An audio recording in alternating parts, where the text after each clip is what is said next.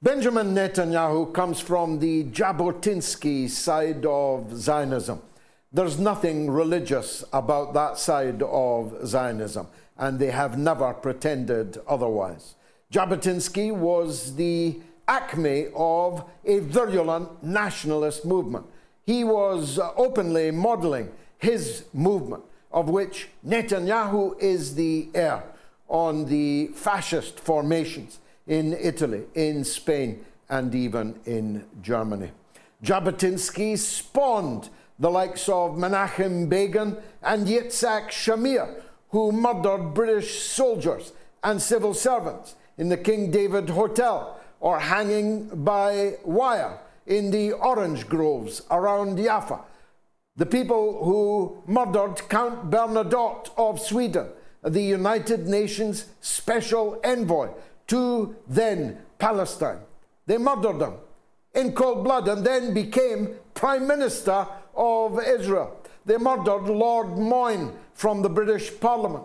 They were narrowly thwarted several times in trying to murder Winston Churchill, even whilst Churchill battled with the Hitlerite hordes as the Prime Minister of Britain. A Spitfire pilot narrowly thwarted a bid to blow up the British Foreign Office. Modern day terrorism was invented by the Jabotinsky, Shamir, Begin, Netanyahu side of Zionist politics. You don't need to know all that. You don't need to recall, as I unfortunately have and must recall, every blow that was struck in the terrorist campaign against Britain and against the Palestinian people mounted by this noxious political movement. But the one thing you do need to remember is there was nothing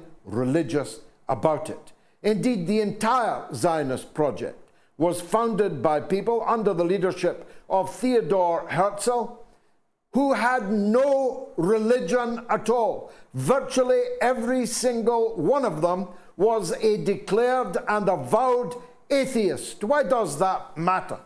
It matters for two reasons, one historical and one contemporary this very day.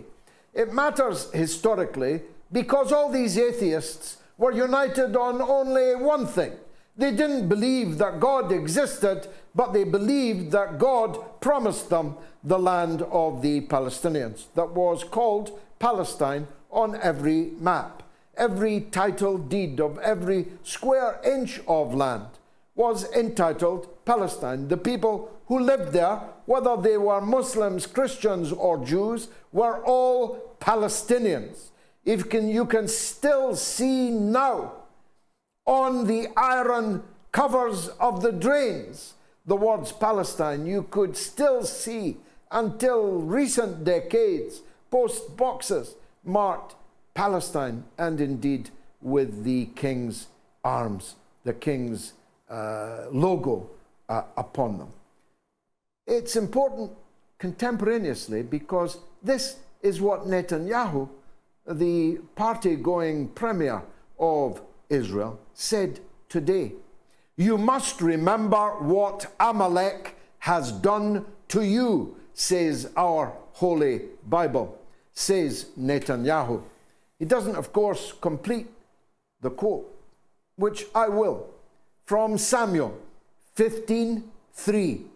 Quote, now go, attack the Amalekites and totally destroy all that belongs to them. Do not spare them. Put to death men and women, children and infants. Suckling, the verbs said, suckling infants. And their cattle, and their sheep, and their camels, and their donkeys. So there you have it, Benjamin Netanyahu, using your money and with the support of your government, is going to kill all the men, women, children, suckling infants, cattle, sheep, camels, and donkeys in the Gaza Strip. You comfortable with that? You comfortable, Joe Biden, with that? Not that the Palestinians were the Amalekites.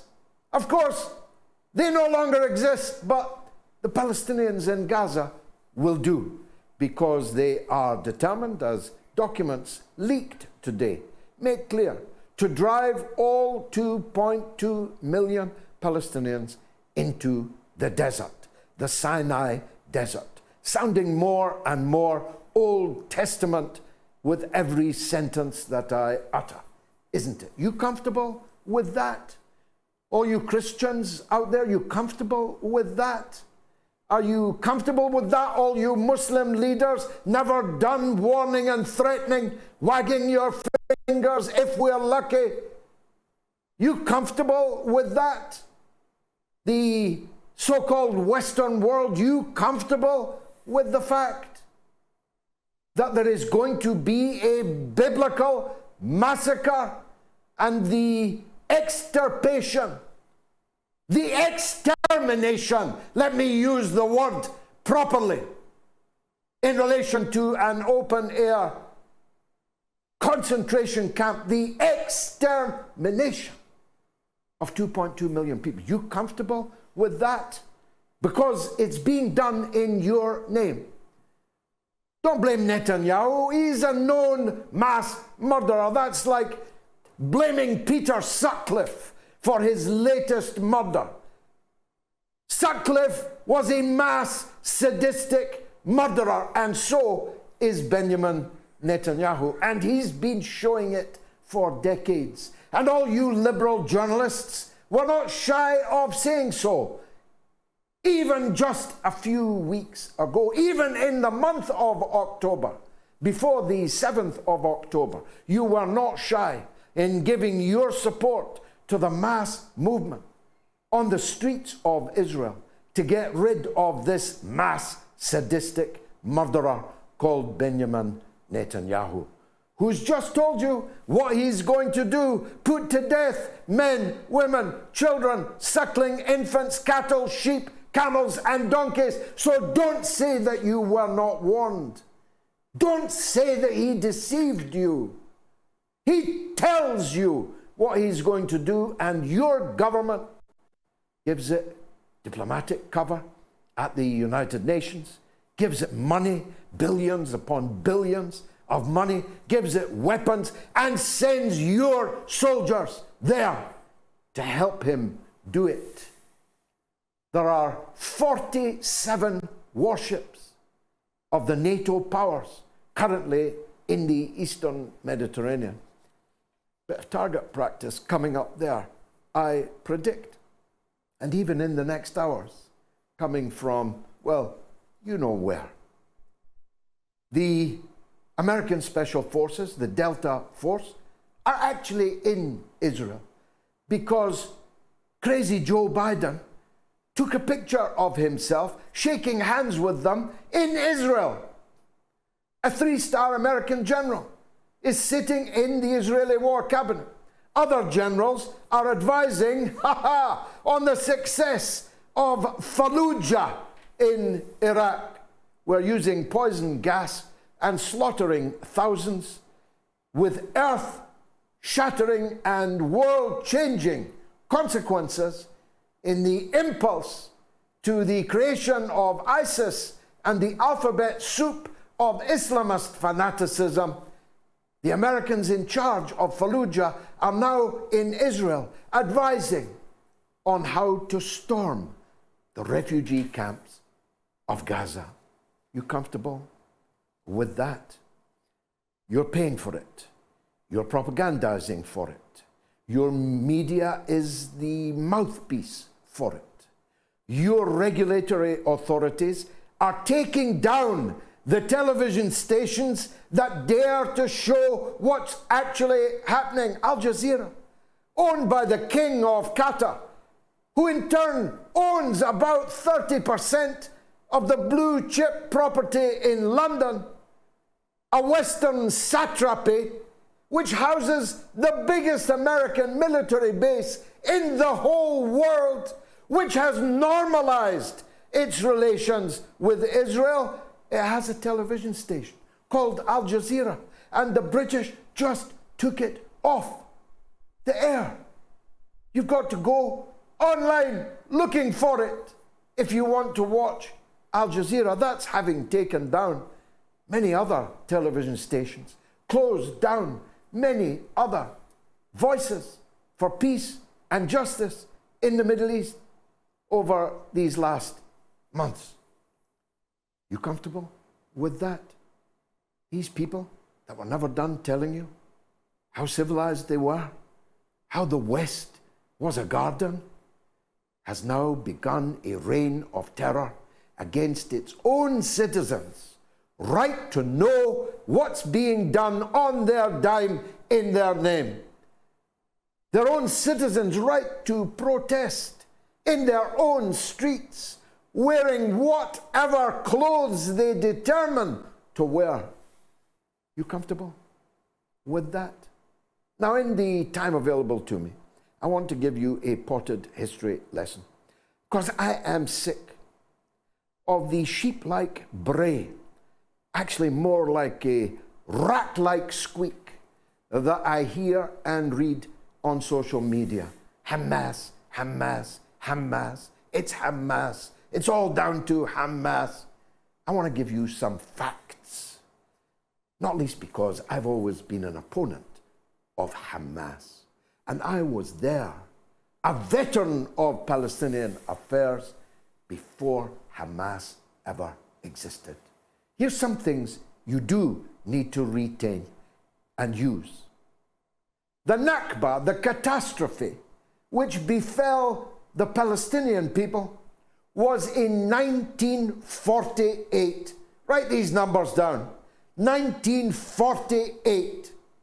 800,000 Palestinians were driven from their land, from their houses, from their fields, many of them, most of them, from their country altogether. Others were massacred in infamous massacres, like Deir Yassin. Others slaughtered in smaller numbers, their villages burned and broken, and new Israeli settlements ultimately built on top of them. 1948. The PLO was not formed until 1964, almost 20 years later. In that almost 20 years, Israel carried out ethnic cleansing on a grand scale against the Palestinian people when they had no fighting organization, even a twinkle in the eye of Yasser Arafat. An undefended Palestinian people between 1948 and 1964 were ruthlessly, brutally extirpated where possible. Then the PLO came along. It was entirely secular. I know I was as close to it as it was possible to be. Yasser Arafat was like my older brother, even my father. I sat 1,000 times in his company. They were a secular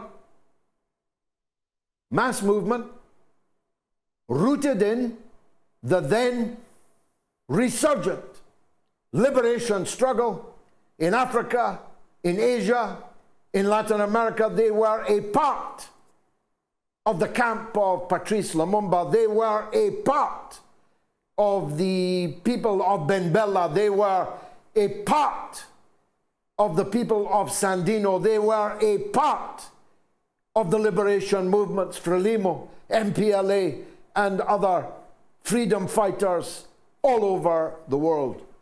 There was nothing Islamist about them at all. That was in 1964. 3 years later, all of the West Bank, all of East Jerusalem, and all of the Gaza Strip was illegally, violently, militarily occupied by the State of Israel in 1967. Write that number down. 1967. Still no Hamas. PLO, 3 years old, and not remotely able to rise up to their responsibility of defending the territories that were conquered illegally by Israel 3 years later in 1967, and which have been held in illegal military occupation ever since 1967. It's now towards the end of 2023. Between 1967 and the foundation of Hamas in 1987, a full 20 years later, the Palestinian population in the occupied territories seized in 1967 were ruthlessly extirpated, annihilated, driven into refugee camps, many of them in Gaza, until this day and night, until that refugee camp too is destroyed. There was no Hamas. There was no Islamists.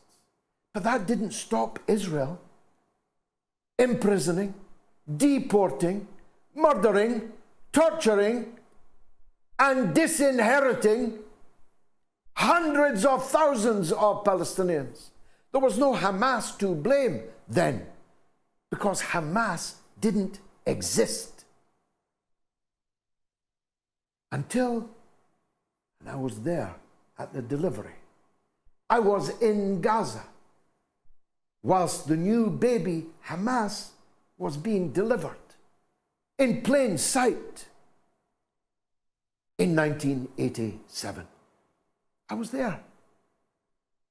All the PLO people were in jail, or in the graveyard, or in exile, declared totally illegal, unable to show their faces or lift their heads.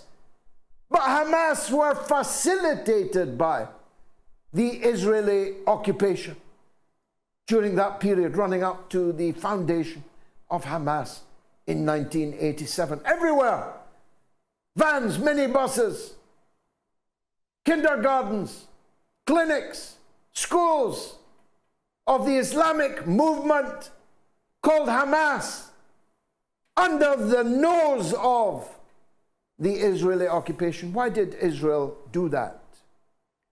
They wanted to divide the Palestinian people.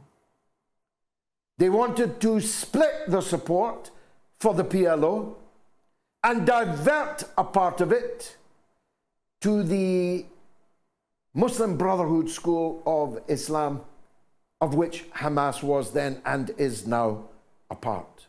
They're not Hamas. Hamas are not ISIS. Hamas are not Al-Qaeda.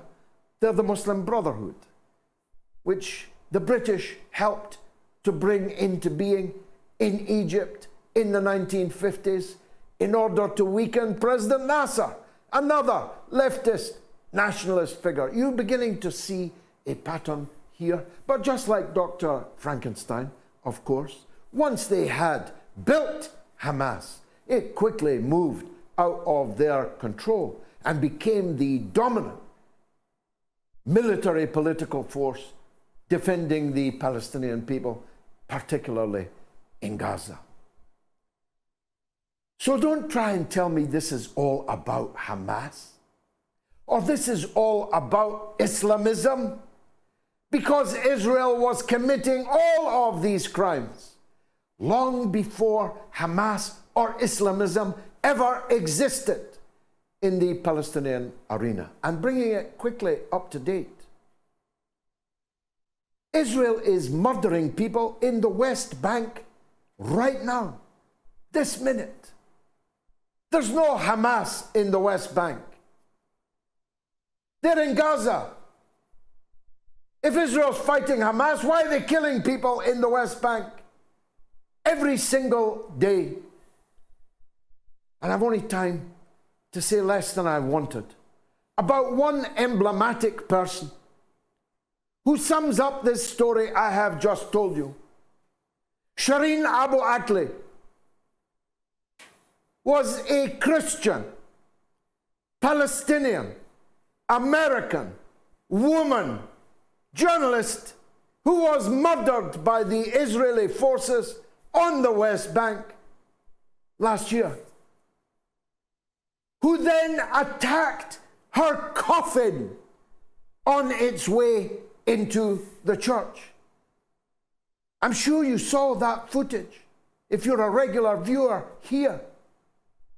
If they were fighting Hamas, why did they murder a Christian, Palestinian, American woman, broadcast journalist, and then attack and desecrate her funeral, causing her coffin almost to fall down, her body, God forgive me, rattling about inside her coffin? Why did they do that if their enemy was Hamas? And you know what they did 2 days ago?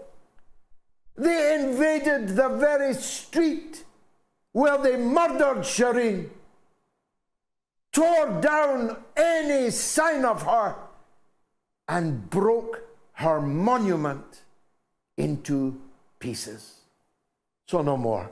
I don't want to hear your mindless prattle about Hamas. Stay tuned. This is going to be the mother of all talk shows.